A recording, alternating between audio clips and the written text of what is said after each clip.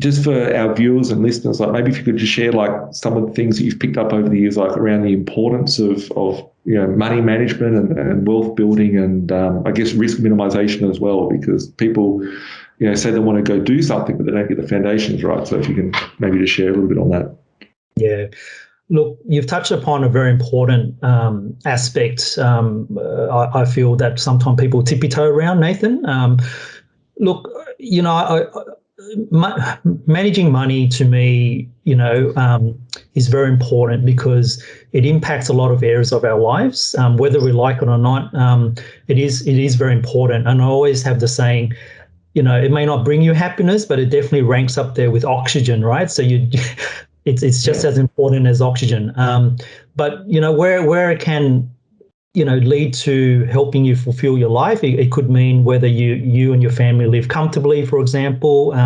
You're not stressed at night thinking about where the money's going to come from to help you cover the bills, mortgage repayments, kids' education spending, medical expenses, or it also enables you to help a lot of your loved ones as well. So for those reasons, I feel being able to manage money will help you improve your life so much better than not being able to manage money effectively. And the other thing that I wanted to share with our listeners as well is that in life you either learn how to control money or have money control you. And I think you and I probably share similar views to this, Nathan. I think, your thoughts on that? We look at the world that we live in today and the options like money and currency, and it's just buying yourself options of more opportunity, giving yourself you can minimize your own risk. And looking at the world, like in the last 24 months, I knew it from when I was 18 years old. When I was 15 years old, I saw instability in cash flow in the household. It didn't come from a silver spoon in my mouth. And I was getting control of your own financial position is very, very important, because you want to be in control of your own personal life and not at risk. And the last 24 months, like we were talking about before we started recording, that you and I have never been as busy as what we are today. And I think it's probably because a lot of people have realized that they can't just rely on one source of income anymore. Their job, they had a job and now their life's in a ruin because they didn't plan more structure around that. And, that's what, you need to be in control of your finances and not being controlled by it, which, much agree. Yeah, no, absolutely. And look, on the subject of minimizing risk, I think one thing that I see, amongst successful investors, business people, Nathan, is that they learn to not only take advantage of the upside, but they also learn to control the downside risks, right? And when we're talking about downside risk, from my world, from in terms of financial planning, I'm talking more about protecting, having adequate life insurance, disability, trauma cover, and income protection.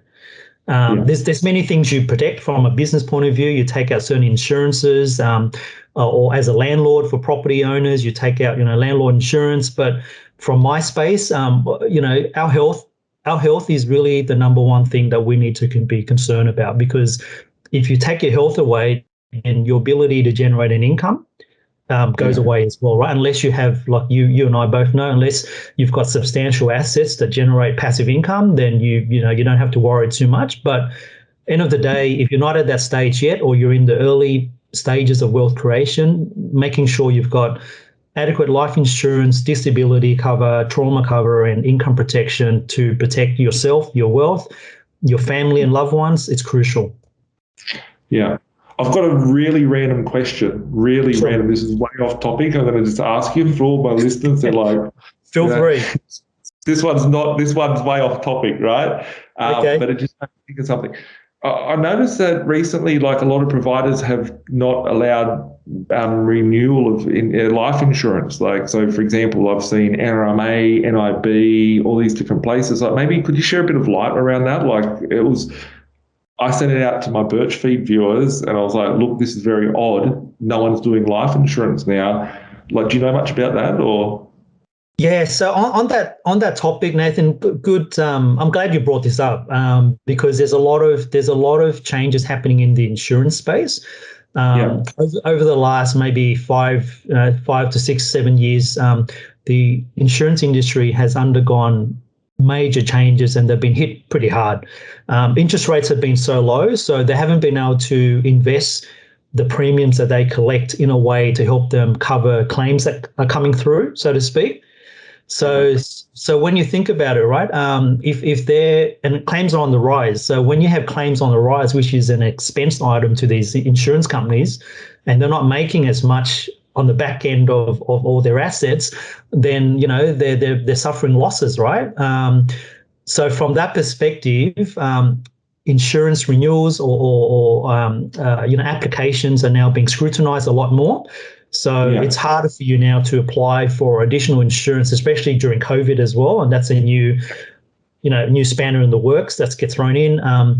But income protection is another big thing that's changing from 1st of October. So a lot of our listeners tonight, if they don't have a financial advisor, they may not be on top of what's happening there. And from 1st of October this year and next year, it's going to be a lot harder to get comprehensive income protection, Nathan. Meaning, yeah, meaning that the income protection policies that are offered is going to be a lot more simpler, more basic. yeah. Less. It's going to cost less for the insurance companies over the long term to pay out claims, and it'll be harder for people who own policies after 1st of October to make claims on their policies. Yeah. Wow. So those are the big changes happening across the industry, and look, it's also being legislated through the government to have these changes come into effect because to help the insurance companies remain viable. There's a lot of consolidation happening now. A lot of the smaller insurers are being swallowed up by the bigger players at the moment. Yeah. I just found it very strange, like the timing of it, in the middle of Corona, we've got a lot of them that are, that are being coming out with the reports just saying as of the 1st of April, as of the 1st of March, whatever the dates were on them, I got sent like about 10 of them the other day where all these places weren't doing it. So, yeah, I guess it's good and warrant to make sure that your insurance company, A, is solvent to pay out if there's an issue, B, to make sure that, that you're with the right insurance company in case you do need to make a claim. You don't intend on making a claim, but if you do, that you can actually get paid out. So I Absolutely. guess everyone chat to you about that. And I guess, like over the years, like you mentioned to me, like when you first started in at working at CBA in your role in that, like how long, like you've been there, you were doing that for many, many years. Like I'm assuming like your mentors and stuff, like it was one of the questions that, it was asked like that. Yeah. I always ask people, like doing this sort of series is how did you find your mentors over the years and what sort of things did you pick up from and that you share in your experience today with the advice that you give to everyone? Yeah, look, I share the same view as you in terms of the schooling system, Nathan. I'm a firm believer that our schooling system fails us from educating us on how to effectively manage money. I think that's something that's lacking in our schooling system. That I feel my role as an advisor, to give back to the community, that's where I'm most passionate about. Trying to improve the financial literacy of the community. So for me, a lot of my learning, real life learning, so to speak, happened after school, happened after university, right? Yeah. So look, there's no guarantee that because you're highly educated, university degreed or multiple degrees, it doesn't guarantee that you're going to be financially successful. They're two different things. Yeah. Yeah. And I think you and I can agree on that, right? So, Yeah. And I guess from yeah, seeing, like, you see people's position every day. I see everybody's position every day as I talk to them. And it's interesting, like, one of the things that I've noticed over the years that, like, it doesn't matter, like, I could have someone on $500,000 a year that could end up with a better financial position, that, like, someone on 100 grand could end up with a better position than someone on 500 grand because of the choices that they made and the decisions and lifestyle positions that they made, one over the other. So, yeah. Absolutely. And it comes back to, look, for me, my personal journey started, my parents, they weren't wealthy. They sold up all their assets in Vietnam to pay their way through, to get on a boat as a refugee to Australia, right? So for me, when my parents came over, from Vietnam to Australia, we were refugees, Nathan, and, they had nothing. They started with nothing. They were factory workers working, long hours during a week to put myself and my brothers and sisters through school. That's all they knew. So they didn't have the time, they didn't have the knowledge, they didn't have the education or the network to actually educate themselves on how to create wealth, right? So for them was all about, okay, make sure all of you, get a proper education, go to school, graduate, get good degrees. So that was their message that they send out, and they're not the only one, right? I know a lot of parents, probably including yours, Nathan. I'm not sure, but definitely a lot of parents out there. That's the message, right, that they send out. Yeah, exactly. Yeah. Now, look, don't get me wrong. It's good intentions. I'm not saying it's a bad intention. And you need to, we live in a country where education is pretty much offered for free in a way, right? Compared to other countries. So we shouldn't take that for granted. But a lot of, like I said before, a lot of my learning came from reading books like Rich Dad, Poor Dad, for example, Robert Kiyosaki.